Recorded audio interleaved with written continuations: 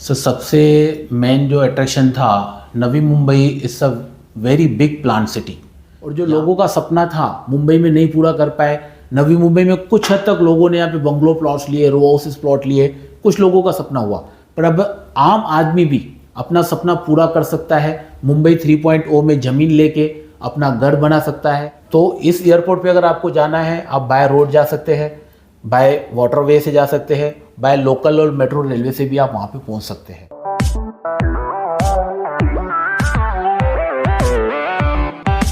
दोस्तों नमस्कार, मेरा नाम है भूपेंद्र सिंह शेखावत और आज के इस एपिसोड में हम लोग मिलेंगे एक ऐसी शख्सियत से जिन्होंने नवी मुंबई में अपने जीवन का एक लंबा समय गुजारा है और नवी मुंबई के बारे में आज बहुत सारी रोचक जानकारियाँ आपको जानने को मिलेगी।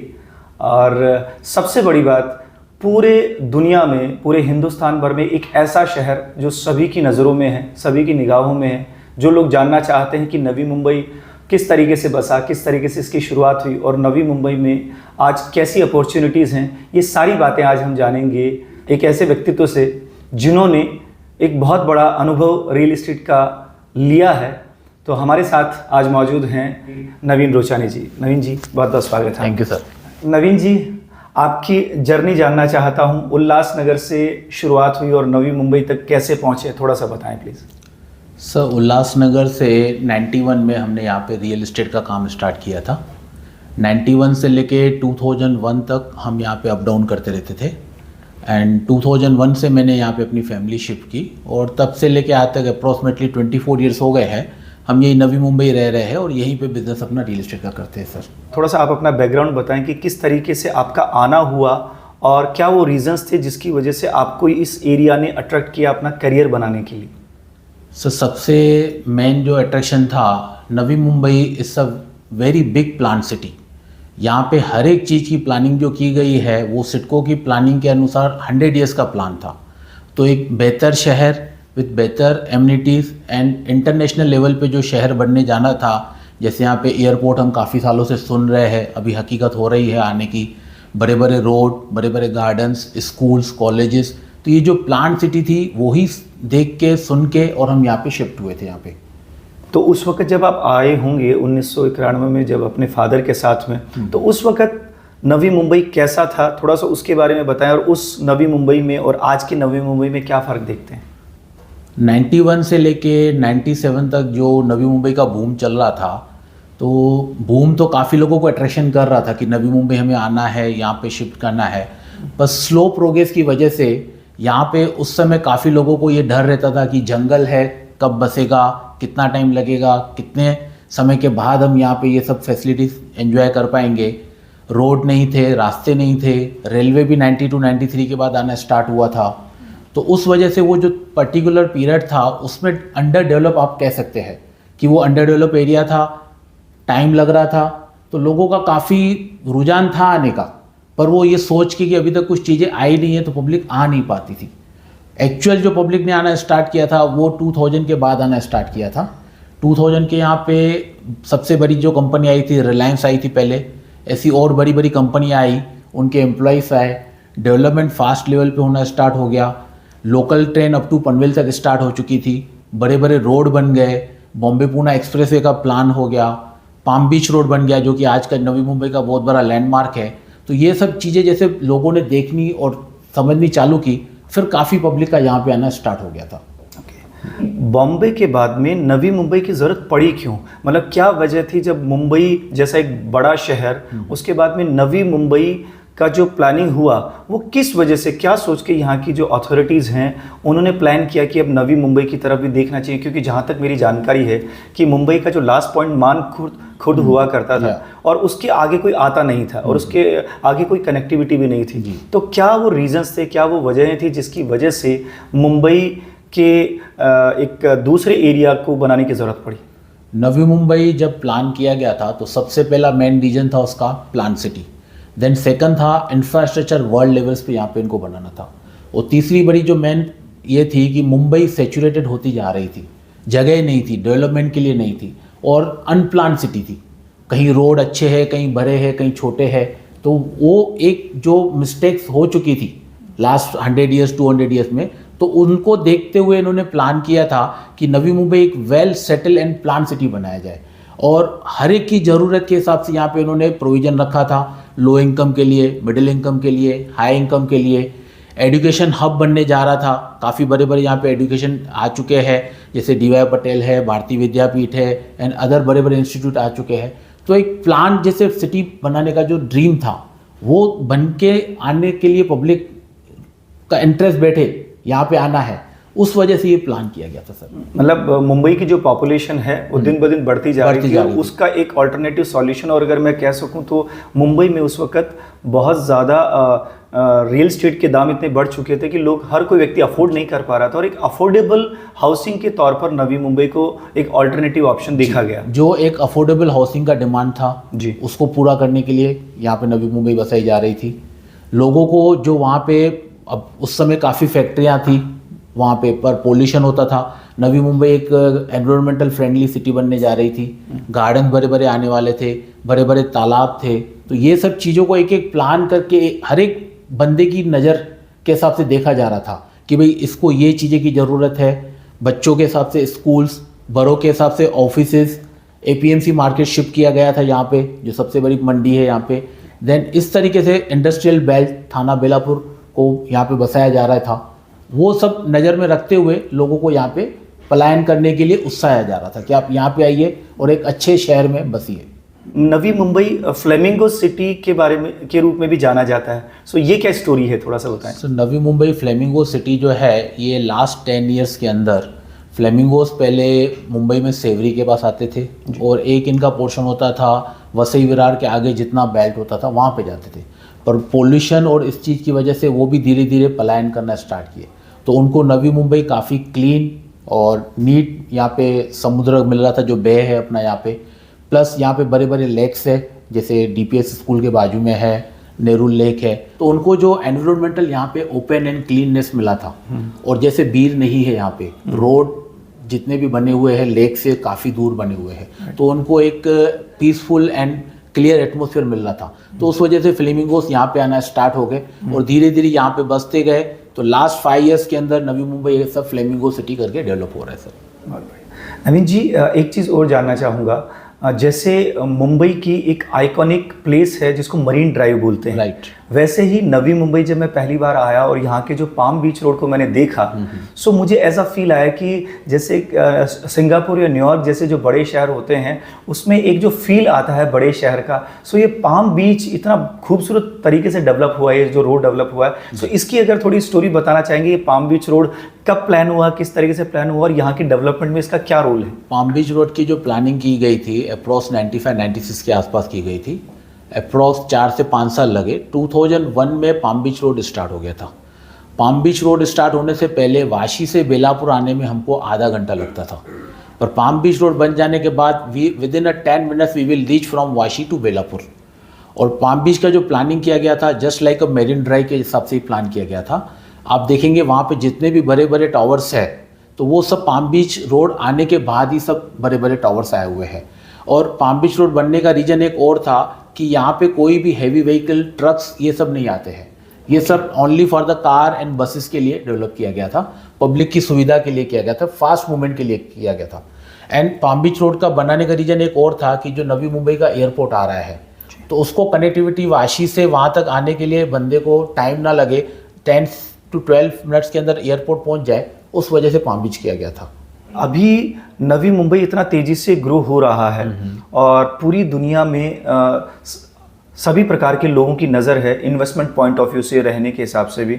सो नवी मुंबई के वो कौन कौन सी चीज़ें हैं इन टर्म्स ऑफ डेवलपमेंट जिसकी वजह से नवी मुंबई एक हॉट केक बन जाता है रियल इस्टेट के नज़रिए से? सर फर्स्ट ऑफ ऑल तो इंटरनेशनल एयरपोर्ट है ही जी, जो एक सिटी को डेवलप करने में बहुत बड़ी योगदान देता है। तो ये इंटरनेशनल एयरपोर्ट क्यों ज़रूरत पड़ी और क्या इसकी खास बात है? इंटरनेशनल एयरपोर्ट की ज़रूरत इस वजह से पड़ी कि जैसे बॉम्बे आपको देखा गया कि सैचुरेटेड हो रहा था, तो बॉम्बे एयरपोर्ट एक्सपांशन करने की जगह वहाँ पे थी नहीं, तो उस वजह से उन्होंने प्लान किया कि एक नियर बाय सिटी एक वो एयरपोर्ट होना चाहिए जहाँ से हम एक well develop, well plan airport बनाया जाए है। और महाराष्ट्र के अंदर ये ग्रीन फील्ड एयरपोर्ट बनने जा रहा है। आपका जो नवी मुंबई का एयरपोर्ट है ये कनेक्टेड है बाय रोड, बाय एयर तो है ही है नेचुरल, इसको बाय वाटर से भी कनेक्ट किया जा रहा है, प्लस रेलवे से भी कनेक्ट किया जा रहा है।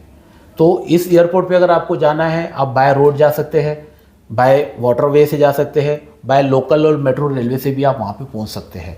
तो वो प्लान करने का रीज़न यही था। और आप देखेंगे ना तो नवी मुंबई का एयरपोर्ट जो प्लान किया गया है, it's in the heart of the Navi Mumbai. Navi Mumbai अगर हम देखने जाएंगे तो सर एरोली से लेके पनवेल तक कहा जाता है, तो पनवेल और एरोली का अगर आप बीच का पोर्शन देखेंगे तो नवी मुंबई एयरपोर्ट आता है। और वहाँ पे जो कनेक्टिविटी दी जा रही है ऑल ओवर नवी मुंबई से कनेक्टिविटी है, प्लस साउथ बॉम्बे से भी कनेक्टिविटी दी गई है वाया अटल सेतु। अटल सेतु से आप South Bombay to Navi Mumbai airport within 30-35 minutes में पहुँच रहे हैं आप वहाँ पे। अभी in future Virar Alibaug corridor road जो आ रहा है, मुंबई बड़ौदा एक्सप्रेस वे जो आ रहा है, वो भी कनेक्टेड उनके आर्म्स दिए जा रहे हैं नवी मुंबई एयरपोर्ट के लिए। न सिर्फ बॉम्बे से कनेक्टिविटी दी जा रही है, इवन दूर दूर से वसई, विरार, अंबरनाथ, बदलापुर, इन सब जो सिटीज़ है, इवन पुणे से भी आप एक मिसिंग लिंक देख रहे हैं बन रहा है करके। तो इन फ्यूचर पुणे से भी अगर आपको नवी मुंबई एयरपोर्ट आना है, आप 1 से 1.5 घंटे के अंदर नवी मुंबई एयरपोर्ट पहुंच जाएंगे। अटल सेतु की वजह से क्या चेंज आया है, या अटल सेतु की वजह से क्या एडवांटेज नवी मुंबई को मिला है? अटल सेतु से सबसे बड़ा जो एडवांटेज हुआ है कि अभी तक साउथ बॉम्बे के जो हमारे इन्वेस्टर्स थे, क्लाइंट्स थे, उनके लिए नवी मुंबई जाना ऐसे लगता था कि भाई 1.5-2 घंटे हमको लग रहे हैं, इतना दूर आके हम वहाँ पे इन्वेस्ट करें, कल हमको क्या रिटर्न्स आएगा नहीं आएगा। तो सबसे मेजर जो बेनिफिट हमको मिला है कि साउथ बॉम्बे से हमारी डायरेक्ट कनेक्टिविटी हो चुकी है, और साउथ बॉम्बे से हमारे काफ़ी अच्छे क्लाइंट्स आ रहे हैं, इन्वेस्टर्स आ रहे हैं, बड़े बड़े प्लेयर्स अभी स्टार्ट हो गए, डेवलपर जो है, जैसे नेरीमन पॉइंट उन्होंने बसाया था, दादर बसाया था, अब वो बड़े बड़े जो डेवलपर्स है वो नवी मुंबई में आके अपना यहाँ पे प्रोजेक्ट कर रहे हैं।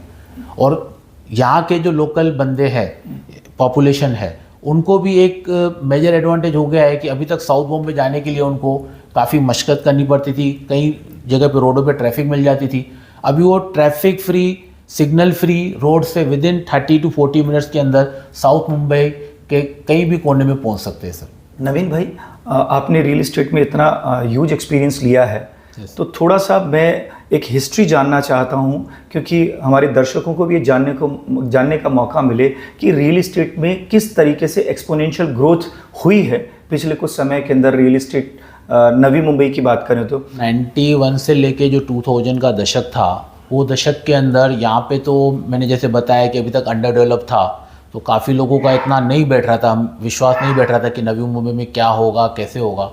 तो वो टाइम पे अगर हम प्रोडक्टिविटी देखें यहाँ की, तो 400 रुपये से लेके 800 रुपया पर स्क्वायर फीट के सबसे फ्लैट्स मिल जाते थे। शॉपिंग अगर हम देखने को जाए तो 500 रुपये से 1500 रुपये पर स्क्वायर फीट पे मिल जाते थे। और ज़मीनों के रेट अगर हम देखेंगे तो अप्रॉक्सीमेटली 300 रुपये से लेके 1000 रुपया फुट के बीच में हमको ज़मीन मिल जाती थी, क्योंकि वास्ट एरिया था, सप्लाई बहुत थी, डिमांड बहुत कम थी, तो उस वजह पे रेट यहाँ पे नहीं थे। पर जैसे ये 2000 सेंचुरी मतलब 2000 के बाद जैसे यहाँ पे डेवलप हो गए, रेलवेज आ गए, बड़े बड़े रोड आ गए, बड़ी बड़ी कंपनियों ने यहाँ पे आके अपना सेटअप करना स्टार्ट किया, तो ज़मीनों के रेट यहाँ पे शूटअप होना स्टार्ट हुए। अभी 2004 की मैं बात करूँ तो सीवुड नेरुल एरिया के अंदर यहाँ पे हम उस समय 800 रुपये से लेके 1500 रुपया पर स्क्वायर फीट के हिसाब से फ्लैट्स और शॉप बेचते थे, जबकि ज़मीनों की कीमत तब भी यहाँ पे हार्डली अप्रॉक्सीमेटली देखेंगे तो 600 रुपये से लेके 2000 रुपया पर स्क्वायर फीट का रेट था। और आज अगर मैं कहूँ कि लास्ट 20 ईयर्स के अंदर जो ड्रास्टिक चेंज यहाँ पे हुआ है सर, आज अगर आपको यहाँ पे फ्लैट लेना है, छोटे से छोटी बिल्डिंग में भी आप फ्लैट लेने जाएंगे ना, तो आपको 12 से 15 हज़ार रुपया मिनिमम पर स्क्वायर फीट है, जो कि अल्ट्रा लग्जरियस प्रोजेक्ट जैसे L&T है और भी काफ़ी बड़े बड़े प्रोजेक्ट्स है, आप उसमें देखने को जाएंगे तो 25 से 30 हज़ार रुपया पर स्क्वायर फीट फ्लैट जाते हैं। शॉपिंग देखने को जाएंगे तो 40,000 से लेके 1 लाख रुपया पर स्क्वायर फीट तक रेट जा चुका है।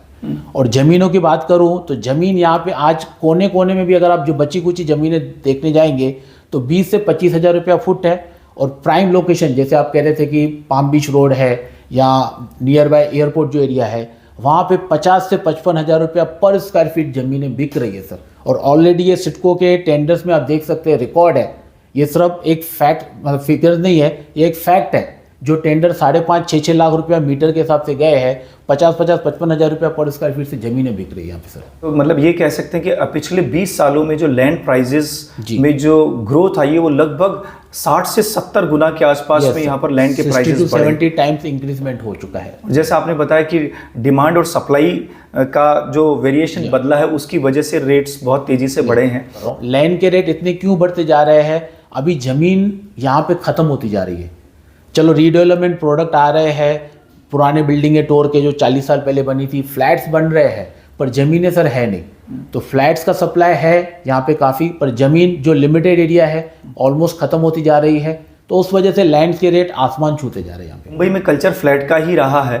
अब मैं यहाँ पर देख पा रहा हूँ कि मुंबई 3.0 के नाम से पनवेल रीजन से आगे की तरफ में डेवलप हो रही है, और चूंकि मुंबई पूरा सैचुरेट हो गया है, नवी मुंबई पूरा सैचुरेट हो गया है, सो मुंबई 3.0 को लेकर के बहुत बड़ी प्लानिंग है। लैंड बैंक गवर्नमेंट के पास में बहुत मौजूद है, बहुत बड़े बड़े डेवलपर्स वहाँ पर प्लान कर रहे हैं। सो अब मुंबईकर के पास में एक अपॉर्चुनिटी है कि वो अपने लैंड का सपना भी पूरा कर सकता है। 2-3 बातें हैं। सबसे बड़ा जो डर उनको लगता है कि टाइटल क्लियर है कि नहीं है, क्योंकि ज़मीनों में आज तक कुछ बाउंड्री नहीं, कुछ भी नहीं, ओपन लैंड है।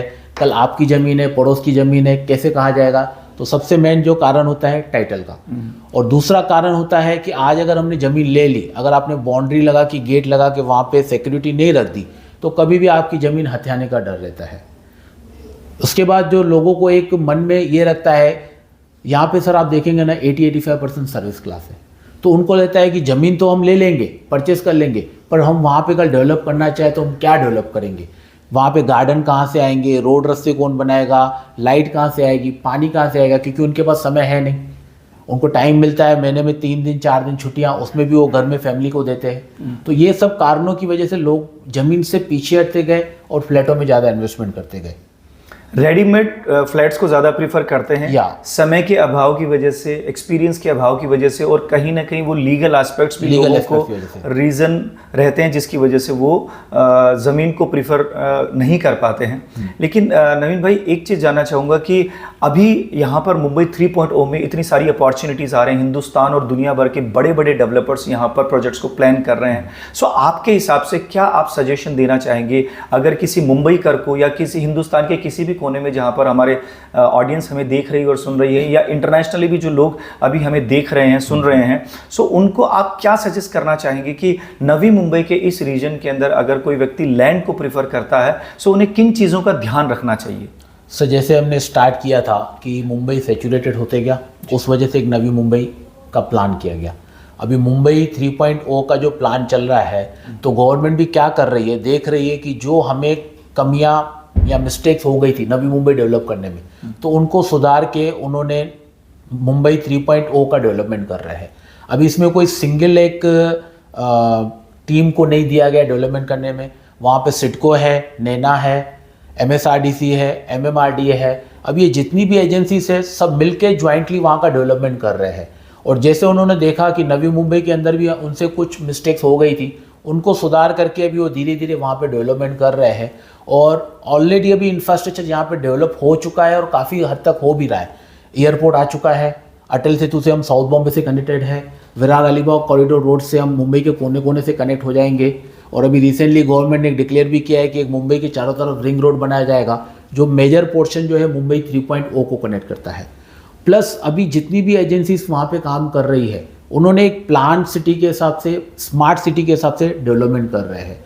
अभी वहाँ पे काफ़ी बड़े बड़े प्लेयर्स आ चुके हैं जो वहाँ पे लैंड डेवलपमेंट कर रहे हैं। और जो लोगों का सपना था मुंबई में नहीं पूरा कर पाए, नवी मुंबई में कुछ हद तक लोगों ने यहाँ पे बंगलो प्लॉट्स लिए, रो हाउसेस प्लॉट लिए, कुछ लोगों का सपना हुआ।